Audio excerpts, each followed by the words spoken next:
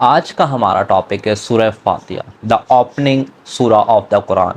یہ اوپننگ سورہ آف قرآن اس وجہ سے ہے کہ اس میں اللہ تعالیٰ نے قرآن کا پورا کور جو ہے ہمیں سمجھایا۔ مسلمان کی لیے بہت زیادہ اہمیت رکھتی ہے سورہ فاتحہ۔ سورہ فاتحہ نہ صرف قرآن کا مغز ہے بلکہ اس میں ملٹیپل چیزیں اللہ تعالیٰ نے ہمیں سکھائی اور بتائیں۔ اب اس میں ہمیں اللہ تعالیٰ کیا انڈیکیٹ کرنا چاہتے تھے، اس صورت کی امپورٹنس کیا ہے، میں اس ایک حدیث سے آپ کو یہ بات بتانا چاہوں گا۔ صحیح مسلم کی حدیث ہے، عبداللہ ابن عباس فرماتے ہیں کہ میں آپ صلی اللہ علیہ وسلم کے ساتھ ہم تشریف فرما تھے کہ ایک دم ایک بڑے سے دروازہ کھلنے کی آواز۔ جب آپ صلی اللہ علیہ وسلم نے اپنی نظر عرش کی طرف اٹھائیں تو جبریل امین انہیں فرما رہے تھے کہ آج آسمان کا وہ دروازہ کھلا ہے جو آج سے پہلے کبھی نہیں کھلا، اور اس دروازے سے وہ فرشتہ آ رہا ہے جو کہ آج تک اس قرۂ ارض پر نہیں آیا۔ جب وہ فرشتہ حاضر ہوا تو اس نے آپ صلی اللہ علیہ وسلم کی بارگاہ میں سلام کر کے فرمایا کہ آج میں آپ کے لیے 2 نور لے کر آیا ہوں۔ اللہ تعالیٰ نے آپ کو 2 نور کی بشارت دی۔ تو جب وہ 2 نور آپ صلی اللہ علیہ وسلم کے سامنے پیش کیے گئے تو وہ ایک نور تھا سورہ فاتحہ اور دوسرا نور تھا سورہ بقرہ کی آخری 2 آیات۔ یہ 2 نور اللہ تعالیٰ نے آپ صلی اللہ علیہ وسلم پہ بالخصوص نازل فرمایا۔ اس سے پہلے کسی انبیاء پر یہ ورسز نازل نہیں ہوئے، یہ صرف آپ صلی اللہ علیہ وسلم کے لیے تحفہ تھا اور ان کی امت کے لیے۔ اللہ تعالیٰ نے سورہ فاتحہ میں ہمیں دعا مانگنے کا طریقہ اور اس بات کی، صحیح مسلم کے الفاظ مکمل ہوتے ہیں اس لفظ پہ کہ وہ فرشتے نے فرمایا آپ صلی اللہ علیہ وسلم سے کہ ان الفاظ میں، ان ورڈز میں جو الفاظ استعمال کیے گئے ہیں، جو بات کہی گئی ہے، بتائی گئی ہے، وہ ایز اٹ از پوری کی جائے گی جو اللہ تعالیٰ سے جو ان لفظوں میں سوال کیا جائے گا۔ مینس اس میں جب ہم اللہ تعالیٰ سے یہ دعا مانگتے ہیں کہ ہمیں سیدھی راہ دکھا، ہمیں نیک اور صالحین میں سے بنا، اس کا مطلب ہے کہ اللہ تعالیٰ نے واضح فرمایا کہ میں ان الفاظ کو پورا کروں گا، ان دعاؤں کو قبول فرماؤں گا۔ لیکن سوچنے کی بات یہ ہے کہ کیوں ہم آج تک، ابھی تک جتنی بھی ہماری ایج، جتنا بھی ہمارا لائف سرکمسٹانسز گزر چکا ہے، اس میں ہم نے اس چیز کو امپلیمنٹ کیوں نہیں کیا؟ ایک انگریزی محاورہ ہے، it's not a gun it's the man behind the gun. وہ کہتے ہیں نا، طاقت اس تلوار میں نہیں ہے جو چل رہی ہے، طاقت اس شخص میں جو اسے چلا رہا ہے۔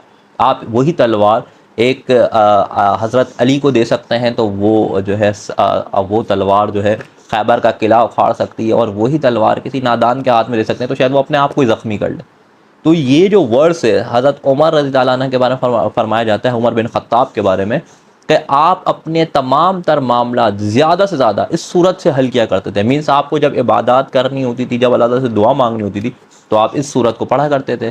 جب آپ کو شفا چاہیے ہوتی تھی، آپ کو کسی کی صحت یابی کے لیے دعا کرنی تھی، تب بھی آپ سورہ فاتحہ پڑھتے تھے، اور اس میں کوئی شک نہیں۔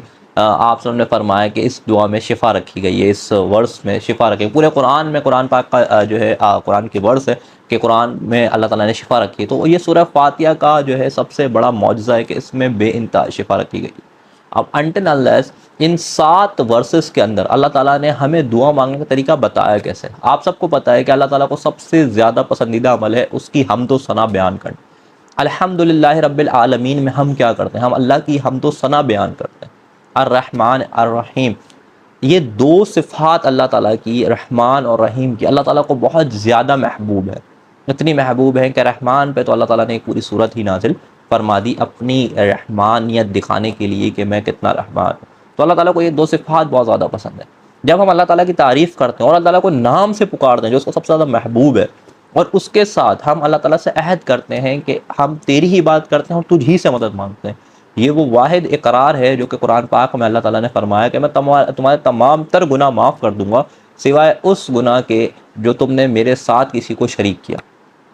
اور یہ جو اقرار ہے ہمارا، یہ جو معاہدہ اللہ تعالیٰ سے، وہ اس ورس میں جو ہے بالکل صاف انڈیکیٹ ہوتا ہے، ایاک نعبد و ایاک نستعین، ہم تیری ہی عبادت کرتے ہیں اور تجھ ہی سے مدد مانگتے ہیں، اللہ کے سوا ہماری مدد کے لیے کوئی نہیں آ سکتا۔ تو اس ورس میں اللہ تعالیٰ نے ہم اپنے اس معاہدے کو، ہم اس اقرار کو جو ہے ثابت کرتے ہیں، اور اس کے بعد اللہ تعالیٰ سے دعا کرتے ہیں۔ یہی طریقہ ہے، آپ اپنی نارمل زندگی میں جب بھی دعا مانگیں، کوشش کریں سورہ فاتحہ کی ان 3 آیات کو شروع سے پڑھیں، اور یہاں سے پہلے تو اگر سورہ فاتحہ ہم پوری ہی پڑھ لیں تو کیا ہی بات ہو، کیونکہ اس سے بہترین دعا ہمارے حق میں نہیں ہو سکتی۔ لیکن کوشش کریں کہ اگر آپ پھر بھی اپنے کوئی نجی معاملات کے لیے اللہ تعالیٰ سے رجوع کرنا چاہتے ہیں تو پہلے اس سورت کو پورا پڑھ لیں، اس سورت کو پڑھنے کے بعد پھر اپنی دعائیں مانگیں، اور اللہ تعالیٰ سے قبولیت کی امید رکھیں. وہ کہا جاتا ہے نا intentions are more important than work. آپ کی نیت جتنی زیادہ مضبوط ہوگی نا اس کام سے جو کہ آپ کر رہے ہیں تو وہ زیادہ اثر انداز ہوگا. ایز لائک کہ جب ہم نماز پڑھتے ہیں تو ہم سورہ فاتحہ ہر نماز میں ہر رکعت میں پڑھ رہے ہوتے ہیں. جیسے کہ ہم سب کو پتہ ہے آپ وسلم کی حدیث ہے کہ تمہاری نماز اس وقت تک مکمل نہیں جس میں سورہ فاتحہ نہیں ہے.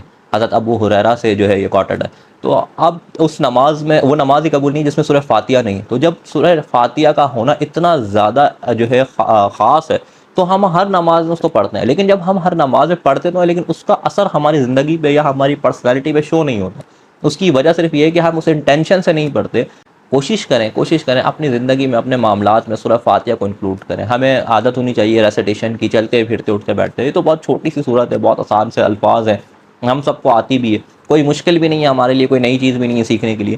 تو ہم کیا کریں اس کو پڑھتے رہیں اور اللہ تعالیٰ سے اس چیز کی انٹینشن بھی رکھیں کہ وہ ہمیں نیک اور صالح لوگوں میں سے ہی بنائے گا. تو جیسے ہی ہماری انٹینشن ہوگی انشاءاللہ اللہ تعالیٰ ہمیں ویسا ہی ریوارڈ دینا شروع کریں گے. اور وہ ریوارڈ اگر ہمیں مل گیا تو ہماری دنیا بھی اچھی ہو جائے گی اور آخرت بھی اچھی ہو جائے گی.